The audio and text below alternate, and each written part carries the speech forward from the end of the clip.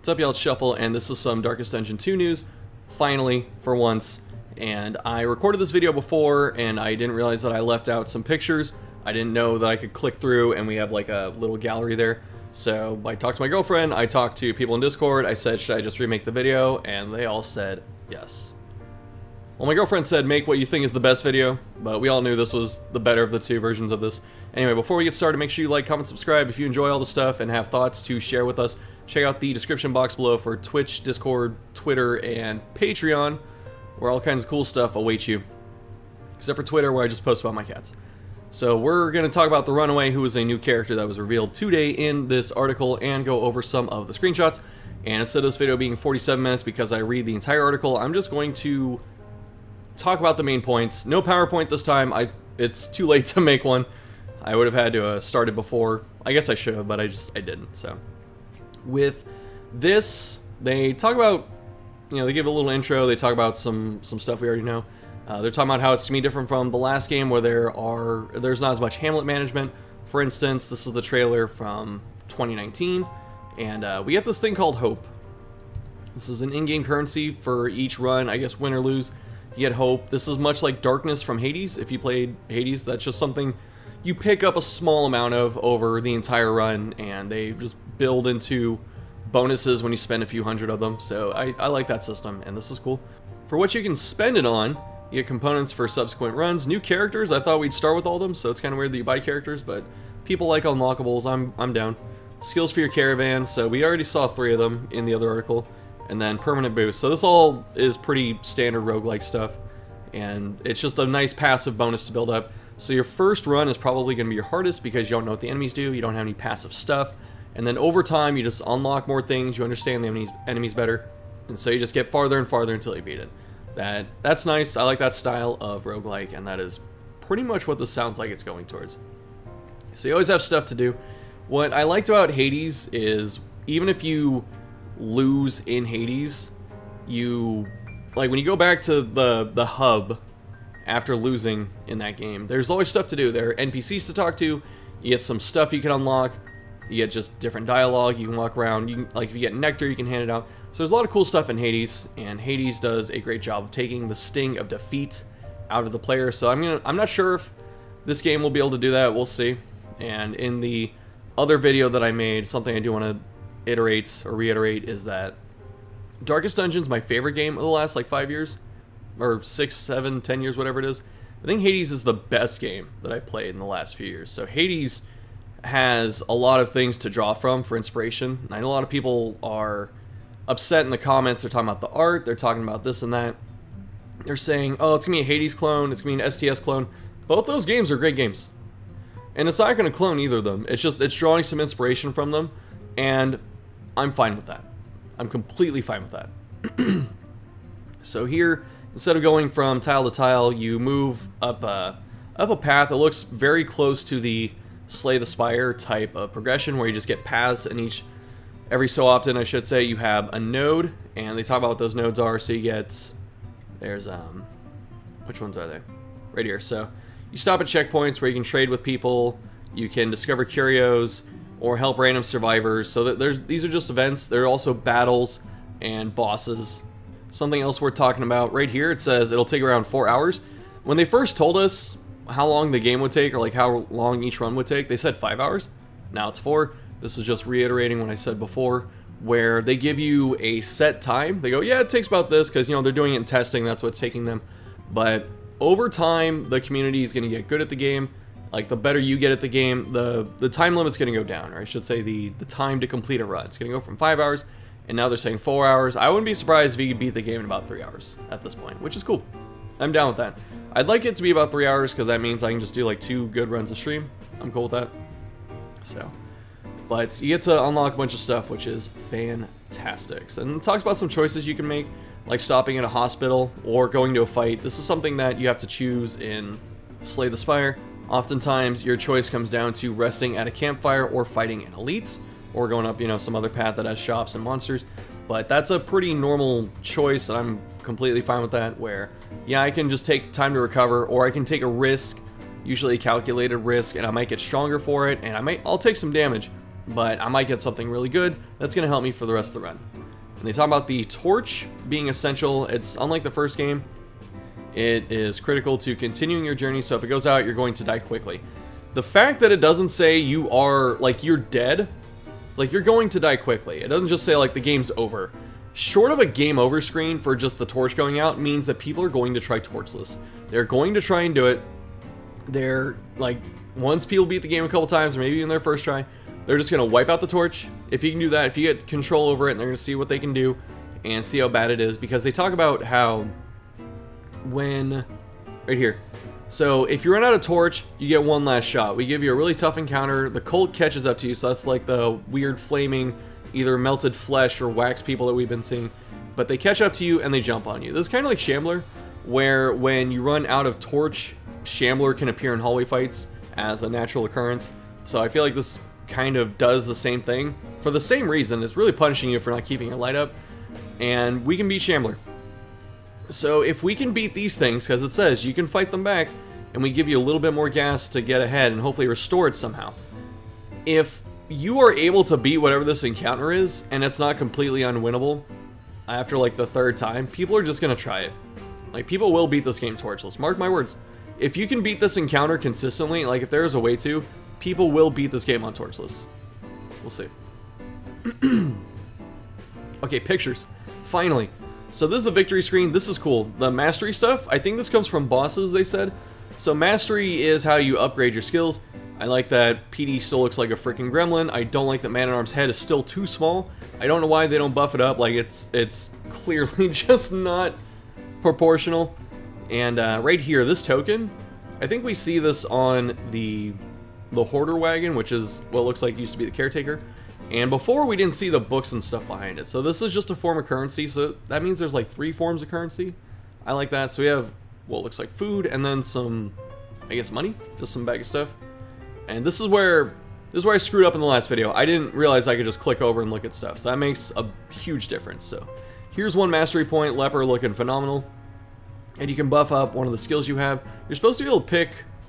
you're supposed to be able to swap skills by picking 5 out of 11. So I don't know why all 11 aren't up here. This looks like a healing pot, anti-venom, holy water, unless this is a quest item. This is the old holy water. This is the Curio holy water from the first game. Like, when you go to the ruins and you have to activate stuff, it was in this bottle. I'm pretty sure. We get combat items, and then... Okay, I like this. I didn't notice this before. So we get combat items, and I'm hoping just, like, off-road items. I would like that a lot. I'd like to not have to fight as hard on inventory management. It is a good part of the game, but there's too much micromanaging of inventory in DD1, and it feels like it takes away from the gameplay, which is to kill monsters. And if we can look at this here, actually these start to make sense now. This looks like gold. This looks like the Curio academic thing that we see here, the same symbol. And then this looks like mastery points, right? It's the same symbol here. So I guess we've solved this. This looks like gold, mastery points, and then like intelligence trading in, some like XCOM, where you can trade in intelligence for stuff. And then the provisioner, so this is not the, what is it, the caretaker or the hoarder. And this is also showing us, I thought this might have been the heir before, but this is just the provisioner. And so we get some stuff here. This looks like medicinal herbs, bandages. I'm not sure this is new. This salve. This could be, I'm not sure what this would be. Food, 1 gold for food, nice. And then we got some other stuff that's new. I don't know what any of these are. Like, these don't look like anything from the first game. Actually, these look like medicinal herbs. So what is this? And what is the box for? This is like the second time we've seen boxes. This is your wagon capacity. So we have combat items, wagon, trinkets probably, and then, I'm not sure what this is. And then there's probably just like your entire inventory. Like, even though I hadn't seen these pictures until like I started recording this time, I'm kind of piecing together what this is, which is, it's nice. I feel like I'm not as lost as I was originally. Torch and Crown, this is probably an inn. You stop at inns and that's where you get to resupply and stuff like that. I really want to know what the boxes are for, because I don't know if we've seen what they're for yet. This is the Hoarder, so this is the caretaker from the first game. This is also Collector's Head in a jar. That's the reference, and these are the heirlooms. So we have the busts, we have the portraits, and he's just walking around with all this stuff. He probably just looted the estate when, you know, it probably got blown up or something like that. So we have more boxes here. Spoons, these are the... Okay, whatever this is. I guess, is this like item bartering? Is it just that instead of like some kind of other currency? Okay. These don't stack, I guess. I don't know what's going on with that, but we see a lot of similar stuff here. Laudanum's here. Okay. And then we have, like I said, anti-venom. And we have a lot of new extra stuff. I know one of these is probably a burn cure. There's also, I think, an image from the... Yeah, this is from the PC Gamer article. So we have like health pots and much other stuff that we've kind of gotten familiar with at this point. This is from PC Gamer. This is from PC Gamer. This is too. Like, I don't think it had the text and stuff before, but this is what the attacks and stuff look like. I don't think I think this is too sharp for what's happening. But it does give it kind of a comic book feel. Because, like, he doesn't have a bunch of stuff coming off this besides wind. But, you know, his blade's not even that shiny, and it's coming through like a huge, like, silver polish on it. It's okay. It's very nitpicky of me. But we looked at these. Actually, I didn't cover the last article, the PC Gamer online version that had these before, but these are the Plague Eaters that we get to learn about. So for stuff here, I'm just going to call out what I see. This looks like Point Blank. This looks like Duelist Advance. This is probably Wicked Slice. And then this is a mark. I'm assuming Highwayman can mark. And then we get some other thing here. Probably some buff. This is a blind token, I'm pretty sure. This probably means they have a turn left. I wouldn't be surprised, because no one else has one. It looks like combat's already been going on. And I think this is the blade. No, this is the blade symbol, I think. And then I'm not sure what that is. But we can see in a bit. Okay, so this is where we get to see some of the relationship stuff. So this is, I think, the start of battle, because if you look here, and we open it like this, I forget who told me this from Discord. Let me double check. Oh, screw it, I'm not going to double check with Discord. But someone told me to, like, open these, because they have names on the image file. So this is a combat image. So this must start, like, this must be an intro to combat. It says we fight together. And this is relationship stuff. So it looks like he's talking to Leper because they're both highlighted. So yeah, Leper tells him to piss off, I guess. And then we have both of them standing in the foreground. So it makes sense that Leper's up here, but I'm not sure why this is, unless Dismas has a bad relationship with both of them. And then I don't know why we're blocking Petey behind scenery. Feels bad. So this is the cart. We saw this before, but it says clear out the dungeon. I don't know if we saw this specific part, so it looks like we're going to drive the wagon down the road and clear out the dungeon. Probably means a boss battle, or just whatever this section is. What would this be? Because when you look at it on the map, you pick a node, and then like you just go to that node, but they say you have to drive the stagecoach too. So like, do you go to the node and then drive the stagecoach after once you get there? That'd be cool. And so these are battles, I'm pretty sure, so there's just a couple of, but it says clear out the dungeon. It probably just means clear out these battles. I could see a combat node just being called a dungeon, actually. 63 leagues to the end, so you still have to drive up there. I don't know why Grave Robber's getting hit. This is anti-Grave Robber propaganda, and I'm not here for it. But we're talking about the art style. This looks cool. This honestly does look good. Like, these effects are really nice, and if they started animating, it'd be much better. The font, they said they made a custom font for this game, so it's not Dwarvenax anymore, so I don't know how we're going to use it for, you know, thumbnails and graphics. But Grave Robber getting hit for 3 damage. I like that she turns, and like the damage location of it, like the ink effect, it looks like it's behind her, kind of like on her arm, but it looks like she actually got hit from that side compared to the animation. So I don't know if they have different hit animations, probably not, but it's a nice feature if they did.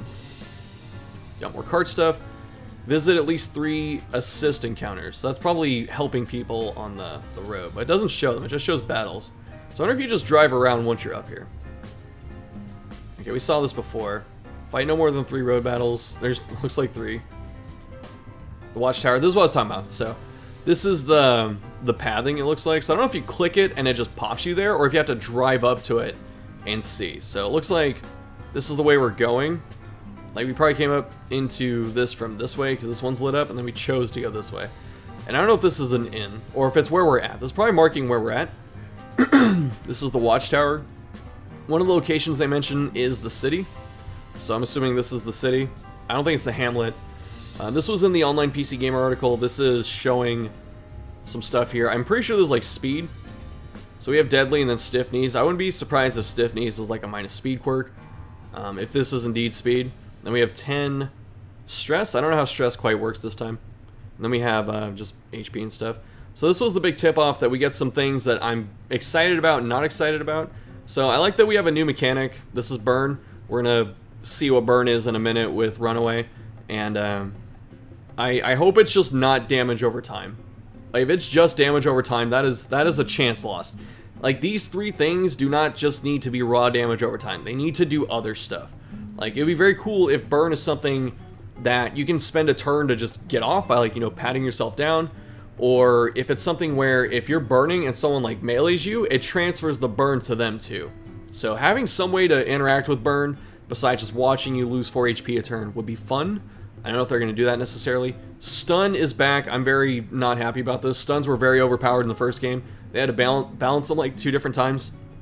And they're still strong, and they came back. Diseases sucked.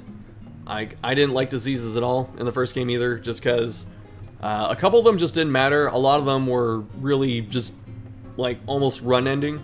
Like, you couldn't, like, the biggest killer in Farmstead a lot of the time was diseases, besides, you know, you just dying, because, you know, you hit the Black Plague on someone that, you know, needs to not have that on them, and it's just completely backbreaking.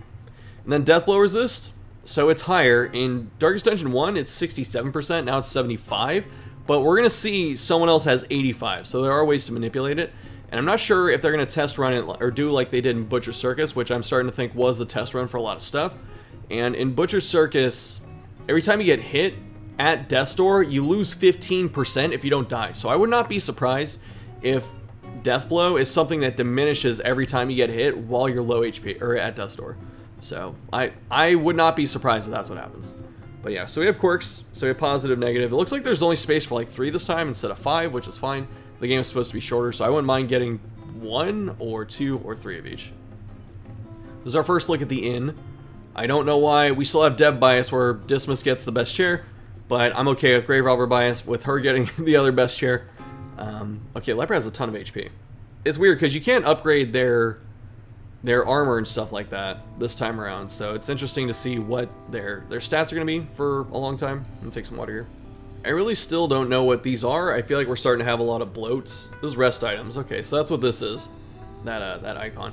But I don't know what the stuff is besides like the food. Is this food too? Is this food as well?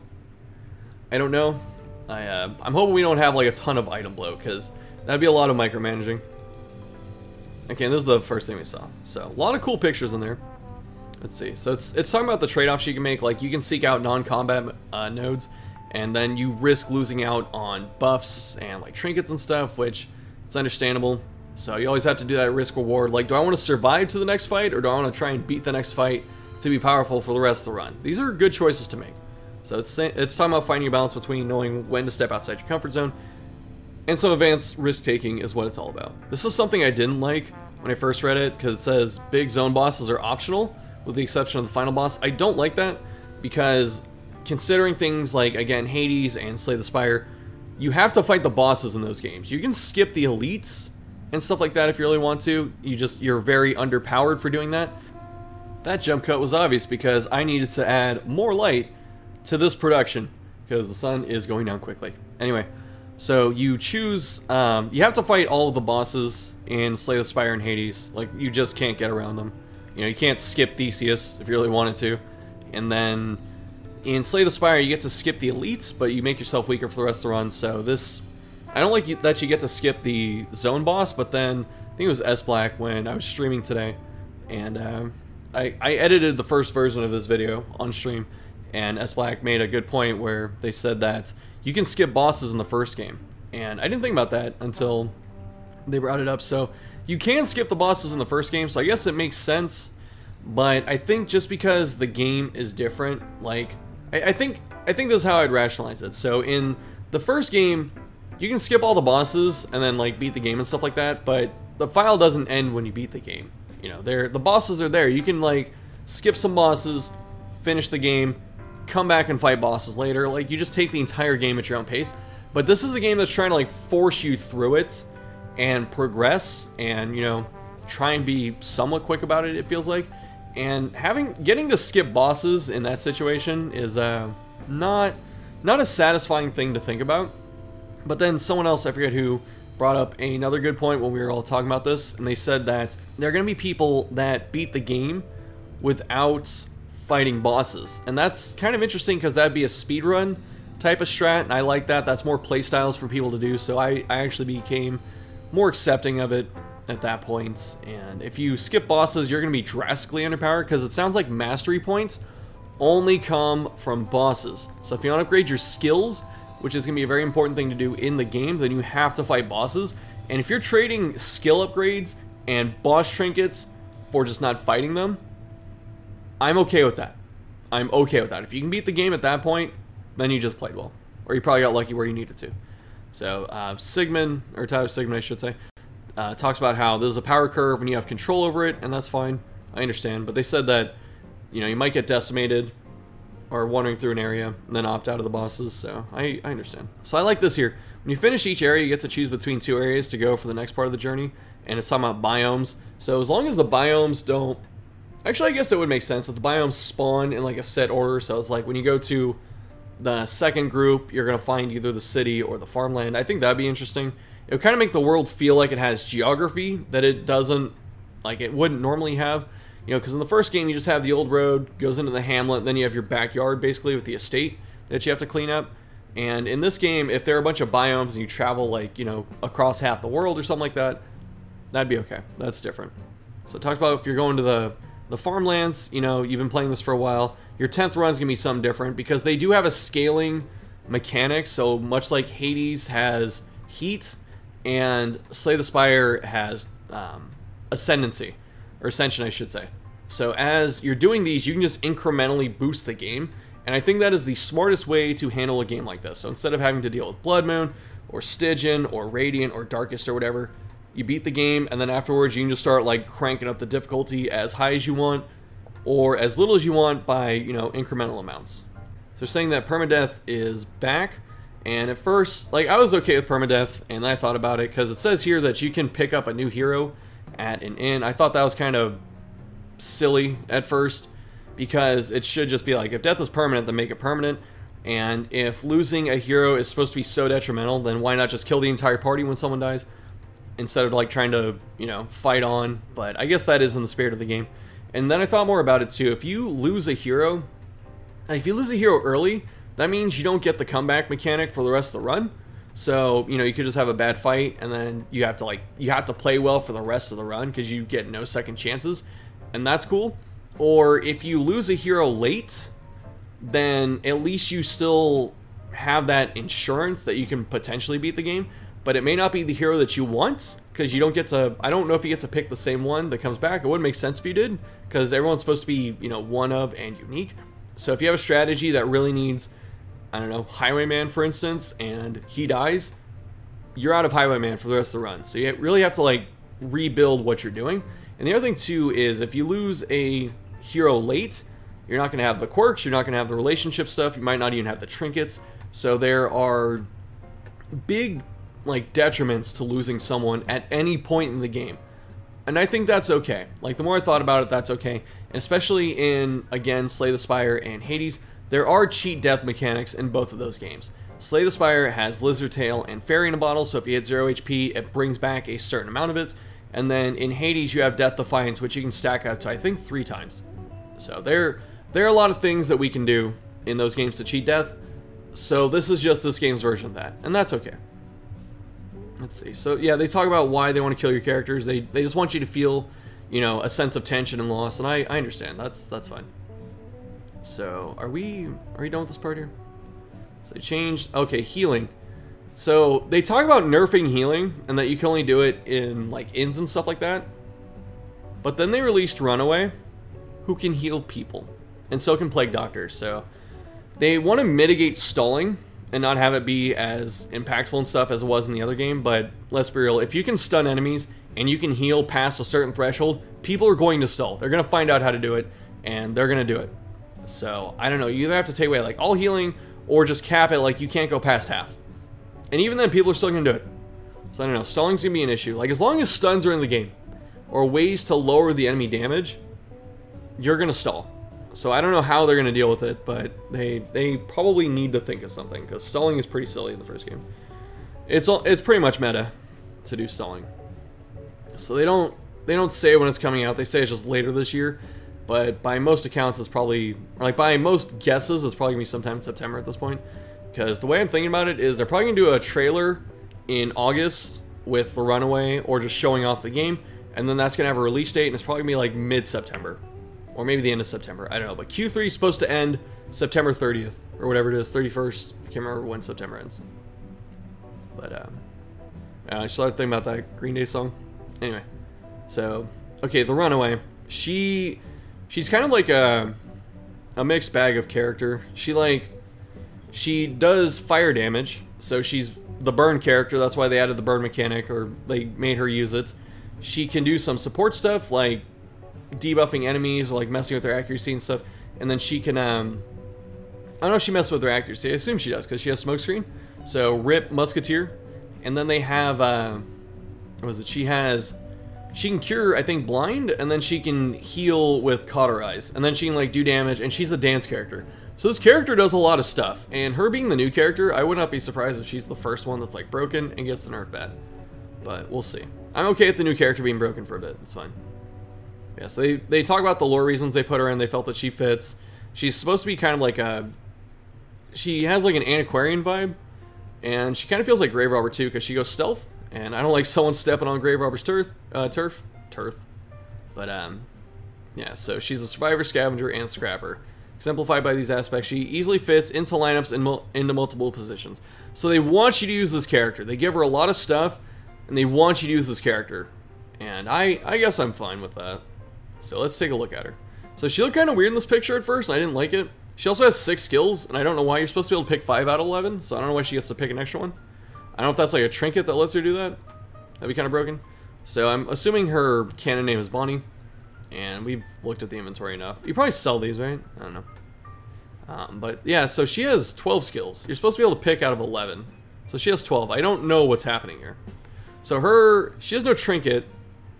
She has Hard Noggin, which is supposed to be stun resist in the first game, but she has 10 extra death blow, then dismiss here. So I don't know where she's getting the 10 death blow. Is Hard Noggin a death blow thing instead of stun chance or stun resist? I don't know. Her bleed resist is absolutely garbage. Let's see, disease. Her burn is up, so that's cool. But yeah, so she has like movement abilities. She has Cauterize. This might be Cauterize here. Like Molotov? I don't know. I think it's like her Shadow Fate thing. Oh, is this an item? Why is the item up here? Okay, I see it. 11 skills and like 1 combat item. Okay. That makes sense. I gotcha. So she has 7 stress. This is... Let's go back to Shuff back in May when he said you can probably manipulate your stress capacity. There it is. I feel so validated. So here are her attacks. They look really cool. So she's got the Searing Strike. She lights up her thing, hits for like 9 damage. That's crazy. This guy's like, ah, I'm burning. So she kind of reminds me of Abomination with like her pants and like her really beat up and scarred appearance. So I'm not sure if I'm really thinking Abomination might not come back at this point. Who knows? Smokescreen. So this just looks like backup, and this is like Escape Cloud from the first game probably. Hearthlight. So this is the same animation, 2 different attacks. It looks like. I forgot what Hearthlight does, but we'll read what it does in a sec. And then this is the victory screen with her instead, and then just different loot and mastery point. Okay, so here's her in the lineup, and then these are the cultist people that we're probably having to run from or deal with. Then here she is in the end. I don't know why she's huge. Is that chair just for big people? I don't know. And okay, this is definitely her canon name, because these are the canon names of the other characters. Like even like Plague Doctor's weird ass name is this here, and Plague Doctor not being a gremlin, kind of sad. And so the green here, there's probably some kind of heal or support move. Blind, so she probably induced blind. In fact, is that the one she used Smokescreen on? Yeah, it is. No, that's Hearthlight. Smokescreen. Okay, so it looks like she hit this one with both of them, and it got the blind thing. I'm like 99% certain this is an attack coming up. Oh, look, see? Even right here. Oh, is this intentions? Does this game have enemy intentions like Slay the Spire? So you can see what they're gonna do? Like what they intend to do? So like this is it intending to attack? Because up here we have the time bar, so it's gonna be her and then Plague Doctor and then the cultist thing. Plague Doctor does not have the intention or the attack token looking thing. This might be an intention. Or this might be... What's this dot here? Does this mean that as an action? I don't know. I don't know why this dot's here. But I'm like 99% certain this is an intention. Yeah. Yeah, okay, I thought these were tokens. They might still be tokens, but they could also be intentions. Okay, is this a token with a charge? It is! Okay, so this is a blind token with 1 charge. And then this is an intention. I'm calling it now, dude. Block token, charge, intention here, like a movement skill. Okay, we're seeing it. So again, okay, so here are her 5 abilities, and here's her combat item. Alright. So target burning 2, searing strike, we can hit front stuff. Okay, and I do like that we get to see enemies on the time bar. That makes things much easier to plan around, not as RNG heavy. So this thing still has its block token. It hasn't gotten its turn yet, has it? No, it hasn't. So there's 2 of them. Bonnie's going again. Okay, I guess this is like the next turn. Oh, it's round 2, right? Round 1. Ah, okay. I gotcha. So she looks pretty cool here. She didn't look really cool in that first one, but like every other picture, she looks good. So I'm happy about that. So hard noggin again. Oh yeah, we saw this, right? Yeah, I did. Okay. Is that it for those? So here are what her abilities do. I guess we can read these out. So she has a simple attack that sets enemies on fire. We saw that. She can throw an incendiary attack that adds fire, so that's a Molotov. Ransack, when an enemy gets close, she hooks them close to the hot zone. So she can lay down so Dragonfly is the escape move. Where is it though? She has controlled burn. Set a fire in an enemy position that will continually burn anyone in it. This is something that was in Iratus, where you could put down an environmental effect on like a spot in the field, and you can move enemies in and out of it, and then they get hit by the effect every time they come in and out. So there's a lot of depth to Iratus combat, and it looks like they're doing something like that here. I am all for this. This is another strategic thing to do, and I like that. This is actually, this was in the first game, because you have, I'm spoiling, dude. So there's, it's not even a big spoiler. So there's Prophet, who's a boss in the first game, where he marks a spot where he's going to drop a huge attack. And you can move in and out of that spot with other heroes to dictate who gets hit by the attack. And that's like part of beating that fight is managing who's getting hit by that attack each turn. So it looks like you have the same capability here, which that's cool. I like that. So Smokescreen blinds enemies. Dragonfly, that was the escape move. Cauterize, this is healing someone's wounds with heat. I don't know if that cures just status or if that heals HP. If you're healing HP and this isn't just a bleed cure, this is going to be pretty busted because this is a healer. So if you have a healer, people are going to find a way to stall. Run and hide, retreat and heal your own wounds. So I think everyone's going to have some kind of defensive healing thing. Like Grave Robber has Absinthe, we have Run and Hide. I wouldn't be surprised if Solemnity's a self-heal under like a certain amount. So I'm not surprised if everyone's going to have some kind of way to heal themselves. And you can swap skills between battles, so you can like go into a battle, get beat up, put on a new skill, and then go from there. Like when you want to heal up in the next fight. So we have Backdraft, using damage over time, fire stacks to deliver a powerful blast to the target behind them. So this is more positioning stuff, which is pretty cool. And then you can enchant someone else to get fire. I love this more, like this game needed something like this because it's not a magic attack. It's like only certain characters are supposed to have magic in this game. So you have like Vestal that has, you know, the holy people have magic, and then you have a cultist who is just, he had to make a pact to get magic. Then you have Antiquarian who's just weird and like, I don't know, consumed or master or something like that. So having ways to do magical stuff that makes sense that aren't magic, I love that. I think that fits the universe very well. Then we have Hearthlight, so discover hidden foes and restore sight to your own debuff crew. If this cures blind, she is like an instant pick with Leper, because Leper's supposed to blind himself, and then she cures that. Very cool. So the Plague Eaters, cats walking around. These guys look pretty cool. They talk about each one of them. The Lord and the Lady are kind of boring. They're just like, I don't know, like heavy hitters that like blight you and do all kinds of other stuff, or not even all kinds of other stuff, but just like they disrupt you, they blight you, they stress you, whatever. The Dinner Cart, the Maid, and the Butcher. Very cool. So let's take a look. I'm pretty sure this is, you know, we got Dog Missile going on. Shouts to Houndmaster. You know, Houndmaster apparently defected. I'm pretty sure this is the Lord. This is the Butcher, and then this is the Maid. This looks like a maid's cap. I love the background here. This is the farmland, so we know now. And we looked at these before. So we have Damon's Pull. This looks like Reconstruction. This looks like a buff. This is Roof Spaghetti. And then this is Sack Stab. So here, Beast of Burden, just, you know, attack. This is probably a stress attack. I don't know, it did 6 damage, but it's like, inflicting darkness. This might be blind. I'm not sure. And then, this is the carts. And is this the lady? This might be the lady. I think this is the lady. We have the dog. Oh, this is the goat! That's what it is. So the cart, one of these spawns like livestock, and the livestock you have to interact with. And so far, I'm hoping all of the enemies are as cool as the Plague Eaters, because they seem like they have a lot of interactive stuff. Like, you're supposed to kill certain ones because, like, depending on what your team is, they can, like, buff each other, they can set themselves up, they can set each other up, they can punish you for taking too long. They put down bodies and consume the bodies, so you really have to be mindful of what you're doing, and I love that. It's very interactive. So I like the direction the combat's going. So a lot of the people out there that are mad that the game lost accuracy, if the game had to lose accuracy for this, I'm fine with it. See, like I was saying, you know, people are upset that accuracy's gone. I thought accuracy was trash. Like, you had to gear everyone for accuracy, so it was not the interesting, fun stat that it should have been. It's not the, you know, it gives the game a bunch of tension because you could just miss. It's just frustrating. Most people that get comfortable with the game, they stack accuracy because they understand you have to hit the hit cap so you can do damage and not lose, because it's very frustrating. So if accuracy had to leave so we could get very cool interactive enemies like this, I'm fine. And I hope it continues. Take away more things if we get stuff like this.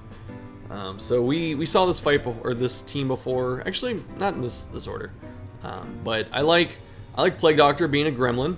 She's just a gremlin apparently. I love that she leans into it. This is a Lord. Guy looks pretty happy. A bunch of mouths and stuff. Plague Eater's so fitting of a name. This might be the lady, not the maid. The maid might have been the other one because she's supposed to have the livestock. This might be the lady. And you know, oh, it is the lady because this is a move that the lady attacks with. Okay, so this is a cleave. Nice. We have a blight cleave. Shouts to fungal artillery. Inhuman appetite. So they eat corpses and heal up and stuff. There's another one of the support attacks. This is the breath attack. I think they get this as they power up, so get puked on Dismas. Also, why does he have a boot knife? His knife is up here. Come on. The goat. I hate how many teeth they have. That's creepy, dude. This must be the maid or something, if the other one was the lady. Yeah, I'm pretty sure this is the maid. Then there's the butcher. I like the leper just still doesn't flinch when he gets hit. In the first game, his getting hit animation was just like leaning back, which is why people made the T-pose leper mod. And he's doing the same thing. He's like, sure, dude, go ahead. Nothing you're gonna do is worse than what I've already been through. Doesn't look like he has a shirt either. Right there. Okay. Meat hook. The carts. So it looks like something's holding the cart, and then the cart's kind of sentient. I don't know. It's like all the meat. They just pukes on you. Grave robber again, getting dunked, please. Headbutt, dog missile. Oh, we saw that. Right? Yeah. Okay. So those are the enemies. You can read about them here, but the maid gets to interact with livestock, which is pretty cool. The butcher also interacts with livestock, so it looks like you have two different ways to do this fight. Like, you can... Dang it. I guess, like, this is Lady, Butcher, and Lord, and then the other one that you can do with this is, like, the maid, the cart, and the livestock. So these are pretty cool mashes. These all sound like really fun enemies, honestly. So I like the direction they're going with the building of enemies and the how you interact with them and stuff. So the more I read about this game, the more excited I get. I know a lot of people have their reservations, and I understand. But I'm hoping that the more we hear about it, and then when we eventually see it, I'm hoping that a lot of that anxiety is dispelled. So I understand that people feel that way, but like I said, I get more excited the more I read about this. But okay, that's the end of this video. I'm sorry that it wasn't up sooner. Like, I just had to go back and redo it. It's probably still gonna be long, but not as long as it was, hopefully. There's just a lot to talk about. I'm gonna link the article below if you want to read it yourself. There's a lot of interesting stuff here. Like the ideas they had behind stuff, and the screenshots are great. You know, like just looking at it through the YouTube player on my computer is one thing, but you should definitely look at these yourself. Especially, like, Runaway looks great.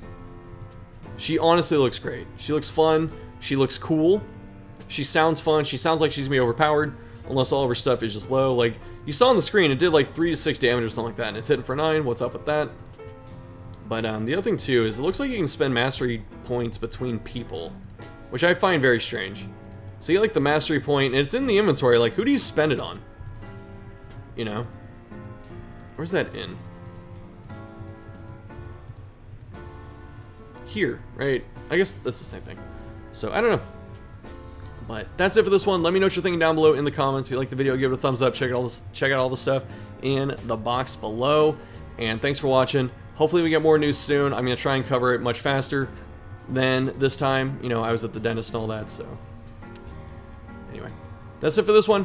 Thanks for watching. I'll see you next time.